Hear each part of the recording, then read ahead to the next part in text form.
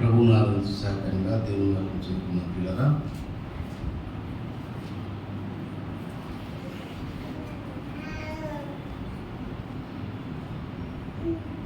యోబు గ్రంథము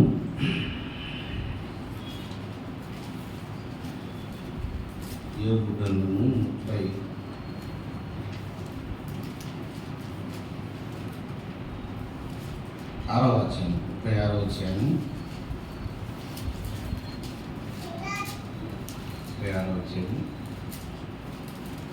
36వ అధ్యాయము యోబు గ్రంథము 5వ వచనం చదువుకుందాం పిల్లరా.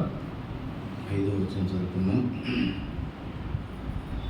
ఆలోచించుము, దేవుడు బలవంతుడు. మొదటిగా మాటగా మనం చెప్తున్నాం పిల్లరా. ఆలోచించుము, దేవుడు బలవంతుడు. ఇదే అధ్యాయంలోనే చదువుకుంటూ వెళ్తే 22వ వచనంలో ఒక మాట ఉంటుంది. ఆలోచించుము, దేవుడు శక్తిమంతుడు, ఘనత వహించిన వాడు. ఆలోచించుము, దేవుడు శక్తివంతుడై ఘనత వహించిన వాడు. అట్లాగే చదువుకుంటూ వెళ్తే 26వ వచనం కూడా ఒక మాట ఉంటుంది. ఆలోచించుము, దేవుడు మహోన్నతుడు, మనము ఆయనను ఎరుగము. ప్రభునందు ప్రేమైన వాళ్ళరా, దేవుని మహాకరుణ బట్టి దేవుడు మనని 2025 సంవత్సరం ఏప్రిల్ మాసం చివరి రోజుల్లో సజీవుడిగా ఆయన స్థితిలో ఉండడానికి ఆయన మనల్ని కృపలో జ్ఞాపకం కాపాడుతున్నాడు. దేవుడు ఎంతో గొప్ప నమ్మకమైన వాడు, మనము నమ్మదగిన వారం. మనలో నమ్మకత్వం ఏమాత్రం స్థిరముగా ఉండదు. అయితే తన కృప, తన కనికరము, తన యొక్క కాపుదల స్థిరంగా ఉంచి దేవుడు మనల్ని సజీవులుగా ఉంచి ఆయన సన్నిధిలో ఈ విధంగా ఆయన్ను జ్ఞాపకం చేసుకుని ఆయన్ను స్థితించడానికి, ఆరాధించడానికి ఆయన కాపాసలో మనల్ని దేవుడు సజీవులుగా ఉంచాడు. అందుకే భక్తులు కొనియాడుతారు కదా, సజీవులే కదా అని స్థితించినట్లుగా ఈ దినం నేను సజీవులై నిలుస్తున్నానని భక్తులు తమ జీవిత దినాల్లో ఏ విధంగా సజీవుడైన దేవుడిని స్థితించారో ఉదయకాలం మనం కూడా ఆయన పాసంలో సజీవులంగా ఉండి ఆయన సన్నిధిలో స్థితించడానికి, కనపరచడానికి. లోకంలో అనేకులు ఉన్నను, వారి కంటే ప్రత్యేకమైన భాగ్యాన్ని దేవుడు నీకు నాకు అనుగ్రహించాడు. ప్రభునందు ప్రేమైన వాళ్ళ ఉదయకాలం దేవుని వాక్యాన్ని మనం చదువుకున్నాం. మనం చేరువచ్చిన మనం అందరము ప్రభును ఎరిగిన వారమే. ప్రభును గణపరచడానికి, ఆరాధించడానికి, స్థుతించడానికి, మహిమపరచడానికి భూలోకంలో దేవుడు తన సురక్షించి సంపాద్యమైన సంఘంగా మనం కూడుకున్నాం. దేవుడు ఒక ప్రత్యేకమైన ప్రణాళికలో నిన్ను నన్ను ఈ లోకానికి పంపించాడు. ఆయన ఉద్దేశం ఏంటంటే ఆయన మహిమపరచడానికి, ఆయన తెలుసుకోవడానికి, ఆయన తెలుసుకుని ఆయన్ను ఘనపరచడం. అది మనకు దీవెనకరం. తెలియక ఆలోచనగా దేవుడు అంటే ఏమేదో గమనంలో తీసుకోకుండా నామకార్థమైన జీవితంలో మనం సాగిపోతే అది మనకు దీవెనకరం కాదు. ప్రభునందు పిల్లల ఆరాధనలో ఆశీర్వాదం దాగినదని భక్తులు ఎంతో విలువనిచ్చి తమ జీవిత దినాలలో ఆరాధనగా పాత నిబంధన కాలంలో బలిపీఠంలో బలి సూచనగా ఆ ఛాయగా మాత్రమే యేసుక్రీస్తు వారి యొక్క బలి లోక పాపం మోసుకుని దేవుని కృపలుగా ఏ విధంగా మనం జ్ఞాపకం చేసుకుని వర్ణిస్తాము. సూచనగా ఛాయగా మాత్రమే బలిపీఠంలో బలిని ఆనాడు పాత నిబంధన కాలంలో భక్తులు అర్పించారు. అయితే ఒకే ఒక బలి ఏప్రిల్ రాష్ట్రపతిగా 10వ వచనంలో మనం ఎరుదుము. ఒకే ఒక బలి యేసుక్రీస్తు వారి యొక్క బలి సంపూర్ణం చేసింది. ఇంకా బలులకు అర్పణకు గొర్రె పిల్లలు కానీ ఏ జంతువులు కానీ అవసరం లేకుండా సదాకాలం నుంచి ఒకే ఒక బలిని యేసుక్రీస్తు వారి యొక్క బలియాగాన్ని మనం జ్ఞాపకం చేసుకోవాల్సిన వారంగా ఉన్నాం. ప్రభునందు ప్రియమైన వాళ్ళరా, ఉదయకాలం చదువుకున్నాం కదా, ఆరాధన సహకారంగా దేవుని మాటల్లో యోబు భక్తుని జీవితాల్లో దేవుని గురించిన ఆలోచన వారు ఆలోచించారు. మనం ఊరికనే దేవుడు అంటున్నాం కదా, ఆ దేవుడు ఏమైనాడో ఒకసారి గమనించాలి. ఉదయకాలం ఆరాధన చేయించిన నీవు నేను కూడా ఆలోచించేసి ఆరాధన చేయాలి. ఆయన ఏమైనాడో మనము జ్ఞాపకం చేసుకోవాలి. గుడ్డిగా మనము ఆరాధనలో మరి సాగిపోకూడదు. మన గమనంలోనికి మన ప్రభువును మన ప్రభు ఏమైనాడు, మన దేవుడు ఏమైనాడు ఒకసారి ఆలోచన చేసుకుని ఆరాధన చేస్తే అది మనకు దీవెనకరం, మనకు ఆనందకరము, మనకు క్షేమకరం. ఉదయకాలం మనం ఒక మాట చదువుకున్నాం కదా, 3 మాటలు మాత్రమే చదువుకున్నాం. ఆ మాటల్లో బలమైన కార్యం, దేవుని కార్యం దాగి ఉన్నది. ఇక్కడ మనం గమనిస్తే పిల్లరా, ఆలోచించుము, దేవుడు బలవంతుడు. దేవుడు ఎవరంటే మనం ఆరాధించబోతున్నాం మన దేవుడు, మన ప్రభు బలవంతుడు. ఆ బలవంతుడైన దేవుని కార్యం ఏ రూపంలో ఉన్నదో ఒకసారి 1-2-3 మాటలు మాత్రం చదువుకొని ముందుకు సాగుతాం పిల్లరా. ఆ బలవంతుడైన దేవుని బలమైన కార్యం ఎలాంటిదో ప్రవక్తలోనే మరి ఇర్మియా ప్రవక్త ఆయన బలమును గురించి వర్ణిస్తున్నాడు. చూద్దాం, చూడండి. ఇర్మియా గ్రంథము 10వ అధ్యాయము, 636 పేజీ, 10వ అధ్యాయము 12వ వచనం చదువుకుంటే పిల్లరా, ఇర్మియా గ్రంథము 10వ అధ్యాయము 12వ వచనం చూసుకుంటే ఆయన తన బలము చేత భూమిని సృష్టించెను, తన జ్ఞానము చేత ప్రపంచమును స్థాపించెను, తన ప్రజ్ఞ చేత ఆకాశమును విశాలపరచెను. ఆయన ఆజ్ఞేయగా జలరాశులు ఆకాశములో పుట్టును, భూమి అంత భాగం నుండి ఆయన ఆవిరిని ఎక్కజేయును, వర్షం కలిగినట్లుగా ఆయన మెరుపును పుట్టించును, తన ధనాగారం నుండి గాలిని రావించును. ఈ విధంగా ఆయన బలమును గురించి సృష్టికర్త అయిన దేవుని యొక్క బలము ఎంత గొప్పదో ఇక్కడ చూడండి. తన బలము చేత భూమిని సృష్టించును అనగా ఆ బలవంతుని యొక్క బలములో దాగిన కార్యం ఏంటంటే సృష్టిని కలిగించిన వాడు, సృష్టిలో ఉన్న కార్యాలన్నింటినీ. అందుకే కదా చూడండి, తన ధనాగారం నుండి గాలిని రావించును. మనకు గాలి ఎండకాలంలో సాయంత్రం అయితే గాలి లేదు, ఉబ్బరంగా ఉంటుంది. ఎక్కడ తాగింది? తన ధనాగారంలో దాగి ఉంచిన ఆ దేవుని మనం గమనించాలి. కాబట్టి ఆయన తన బలము చేత బలవంతుడైన దేవుడు అయినాడు. అయితే ఆ బలవంతుడైన దేవుని యొక్క బలము ఎంత గొప్పదంటే కలిగేసిన సృష్టికర్త అయిన దేవుడని ఉదయకాలం మనం జ్ఞాపకం చేసుకోవాలని ఉన్నాం. పిల్లరా, మనం జీవిస్తున్న ఈ భూలోకం ఉన్న సమస్త సృష్టి తన బలము చేత సృష్టించిన బలవంతుడైన దేవుడని ఉదయకాలం మనం జ్ఞాపకం చేసుకోవాలని ఉన్నాం ప్రభునందు. ప్రియులరా, అటువంటి ఆ బలవంతుడైన దేవుడు, మరి దేవుడు బలవంతుడు, దేవుడు బలమైన కార్యం చేసిన వాడు. ఆ బలమైన కార్యంలో సృష్టిని కలిగించిన వాడుగా మనం దేవుని వాక్యంలో మనం గమనిస్తున్నాం. అయితే అలాంటి బలవంతుడైన దేవుడు ఏమైనాడు చూద్దాం. చూడండి, దేవుని వాక్యంలో మనం గమనిస్తే మరి రోమీయుల రాసిన పత్రిక పోస్తున్న పౌలు భక్తుడు రోమీయుల రాసిన పత్రిక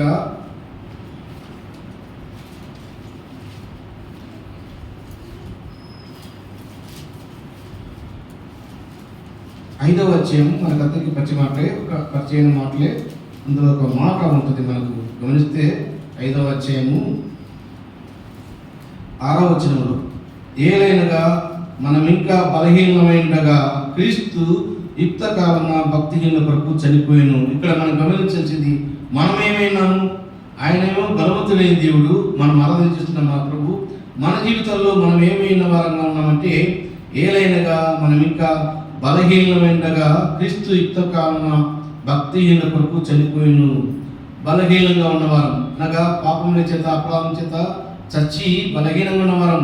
పాప వ్యాధిని బట్టి మనం ఆ వ్యాధి మనం చూస్తే ఎవరైనా ఏం తగ్గిపోతున్నవే బలహీనంగా ఉన్నామంటే ఆ వ్యక్తిలో ఒక వ్యాధి డిసీజ్ కారణాన్ని బట్టి తగ్గిపోతాడు, బలహీనమవుతాడు. అలాగనే మనమందరము బలహీనంగా ఉండగా మన ప్రభు బలవంతుడైన బలవంతుడైన మన దేవుడు ఆయన ఇదిగో మన కొరకు బలహీనుల కొరకు మనం ఇంకా బలహీనమైనగా క్రీస్తు యుక్త కాలన భక్తిహీనుల కొరకు చనిపోయిను. మనం బలహీనము, భక్తిహీనులను, శక్తిహీనులను అలాంటి మన కొరకు ఆ బలవంతుడైన మన ప్రభు తన బలమును అనగా తన బలమును మలుగు చేసుకుని మన బలహీనతలను బట్టి మన యొక్క బలహీనతల నుంచి విడిపించడానికి మన ప్రభు ఆయన శిలువలో మరి నిస్సహాయుడుగా ఆ కలుగులో గాయపరచబడిన వాడుగా ఉదయకాలం మనం జ్ఞాపకం చేసుకోవాలి. ఆయన శక్తి సామర్థ్యాలు, ఆయన బలము ఉన్నతమైనది. అయితే ఆ ఉన్నతమైన బలవంతుడైన దేవుడు ఆయన బలహీనుడుగా అనగా వాస్తవికంగా బలహీన మనము పాపాలను బట్టి పాప వ్యాధిని బట్టి మనం బలహీనమైనగా, మన యొక్క బలహీనతను బట్టి ఆ బలవంతుడైన ప్రభు తన బలాన్ని ఆ కలువలో మరి కోల్పోయిన వాడుగా తన బలాన్ని తన బలహీన కోల్పోయి నిస్సహాయకుడిగా కలువలో గాయపరచబడిన మన ప్రభువును ఉదయకాలం మనం జ్ఞాపకం చేసుకోవాల్సిన ప్రేమ. అంత మాత్రం కాకుండా చూద్దాం చూడండి, ఏప్రిల్ రాసిన పత్రిక పౌరులు మరి చూద్దాం చూడండి. అందులో ప్రాముఖ్యమైన మాట మనకందరికీ వచ్చిన వాక్య భాగమే. ఏప్రిల్ రాసిన పత్రిక 2వ అధ్యాయంలో 14వ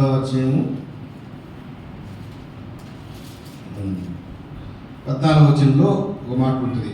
కాబట్టి ఆ పిల్లలు రక్త మాంసం గలవారైనందున ఆ ప్రకారమే మరణం యొక్క బలం గల వారిని అనగా అపవాదిని మరణం ద్వారా నశింపజేయుటకును జీవితకాలం మరణ భయం చేత దాస్యములకు లోబడిన వారి విడిపించుటకు ఆయన కూడా రక్త మాంసంలో పాలువాడాయను. ఇక్కడ ప్రాముఖ్యంగా మనం గమనించిందంటే మరణం యొక్క బలము మన మీద ఉన్నది. మరణం యొక్క బలాన్ని ఓడించడానికి మనమందరము బలం అతని అనగా అపవాది యొక్క బలం ఏంటంటే మన మీద తన మరణాన్ని అనగా ఆ రెండవ మరణం అగ్నిగుణం మరి అందరికీ మన మీద ఆవరించింది. ఎందుకంటే ఆజ్ఞాతమైన పాపాన్ని బట్టి మనమందరము మరి మరణానికి దాసులైనగా అయితే అక్షిస్తులో ఉన్న మనల్ని ఆ దేవాదేవుడు ప్రేమించి మరి మరణం యొక్క బలం గలవాన్ని అనగా అపవాదిని ఓడించాడు. అటువంటి ఆ బలం గల ప్రభు మన దేవుడు మన ప్రభు. అందుకే ఆయన బలవంతుడు అని దేవుని వాక్యం ద్వారా మనం గమనించాలి. కాబట్టి అపవాది యొక్క మరణాన్ని ఓడించడానికి ఈ లోకంలో ఎవరికి బలం లేదు, ఎవరికి అలాంటి బలము లేని వారంగా ఉండగా అయితే దేవాదేవుడే ఇదిగో అపవాది యొక్క మరి మరణం యొక్క బలము గల వారిని మరి ఓడించడానికి శక్తి సామర్థ్యం కలిగిన మన ప్రభు అట్టి బలవంతుడు. కాబట్టి ఆ బలవంతుడైన ప్రభువును మనము జ్ఞాపకం చేసుకుని ఆరాధించాలి. నీకు నాకు ఆ బలం చాలు. మరి ఆ మరణం యొక్క బలాన్ని ఓడించడానికి మన దగ్గర ఏమాత్రం సామర్థ్యం లేని వారం, వారి చేతిలో మనం చిక్కిన వారం, మనమందరము అపవాదిక మరి కోరలుచుకొని మనము భయం చేత ఉన్నవారం, మనం విడిపించేవారు ఎవరు లేరని నిస్సాయ స్థితిలో మనం ఉన్నవారం. అయితే ఆ స్థితిలో ఉన్న మనని ఆ దేవాదేవుడు ఇదిగో ఆయన బలము చేత మరణాన్ని ఓడించిన ఆ ప్రభువును ఆయన కరువులో మరి తన ప్రాణం పెట్టి తిరిగి ప్రాణం తీసుకోవడానికి అధికారం కలిగిన దేవుడు. యోహాను సువార్తలో మనం ఎరుగుదుము తన ప్రాణం పెట్టడానికి తన ప్రాణం తీసుకోవడానికి అట్టి బలం కలిగిన మన ప్రభు. కాబట్టి ఉదయకాలం ప్రభుని పిల్లరా ఆయన ఏమైనాడో ఒకసారి ఆలోచన చేసుకుని ఆ ప్రభు మరణ బలమును ఓడించిన ప్రభును మనం జ్ఞాపకం చేసుకుని స్థితించుతా మనకెంతైనా దీవెనకరం. తిరిగి ఇక్కడ యోగ గ్రంథం 36వ అధ్యాయంలో వద్దాం చూడండి. 2వ మాటగా మనం చూస్తే మనం క్లుప్తంగా ముగించుకుందాము. ఆలోచించుము దేవుడు శక్తివంతుడై ఉన్నాడు. ఉదయకాలం ఆరాధన చెబుతున్నా నీవు నేను మనందరికీ మన యొక్క అందరికీ గ్రహించాల్సిన మాట ఆయన గురించిన శక్తివంతుడు అనగా ప్రభువును పిల్లలు నశింపజేయుటకు రక్షించుటకు శక్తివంతుడు. అందుకే అభిజ్ఞుల మరి భక్తులు మా దేవుడు మమ్మల్ని రక్షించుటకు శక్తివంతుడు అని వారు ఒక స్టేట్మెంట్ ఇచ్చారు. అనగా ప్రభువును పిల్లల ఉదయకాలం మనం జ్ఞాపించుకుంటే మనం రక్షించడానికి నశించే వారికి శిలువను గురించిన వార్త వినూత్నంగా ఉంటుందని రక్షించబడుతున్న మనకు బలము అనగా అతి శక్తివంతుడైన దేవుడు మన ప్రభు ఉదయకాలం మనం జ్ఞాపించుకోవాలి. కాబట్టి రక్షించుటకు శక్తివంతుడు, నశింపజేయడానికి మరి ఆయన కార్యం గలవాడు. ఎవరైతే ఆశ్రయిస్తారో వారిని రక్షిస్తాడు, ఆశ్రయించకపోతే ఆయన నశింపజేస్తాడు. అనగా పాతాళానికి పంపించడానికి ఆయన శక్తి గలవాడు, అట్టి బలం గలవాడు, అట్టి అధికారం గలవాడు, శక్తివంతుడు, అట్టి శక్తి గల దేవుడు మన ప్రభుని ఉదయకాలం మనం జ్ఞాపకం చేసుకోవాల్సిన మన ప్రభునందు ప్రేమ. కాబట్టి ఆ శక్తివంతుని దేవుని యొక్క శక్తి సామర్థ్యాలు లేఖనాల్లో అనేకం ఉన్నాయి. ఆయన శక్తి సామర్థ్యాలు జలములను పిరికితో పట్టుకోవడానికి అంత శక్తి గలవాడు.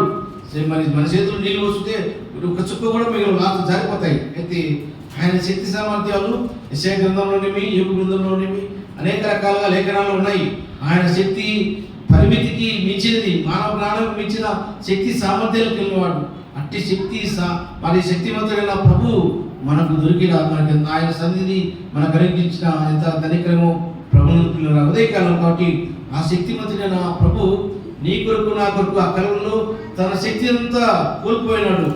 శక్తిని అంతా కోల్పోయి దాహం మరి మరి మొత్తము తన రక్తం తన శక్తి అనగా శక్తి అంతా కోల్పోయిన వాడుగా మన ఉదయకాలం మనం జ్ఞాపకం ఎవరి కోసం అంటే నిన్ను నన్ను ఇదిగో బ్రతికించడానికి రక్షించడానికి తన శక్తి సామర్థ్యాలన్నింటినీ తన మరి ఆ కలంలో అప్పగించుకుని కోల్పోయిన వాడుగా ఉదయకాలం మనం జ్ఞాపకం చేసుకోవాలని మనం ప్రభుత్వం.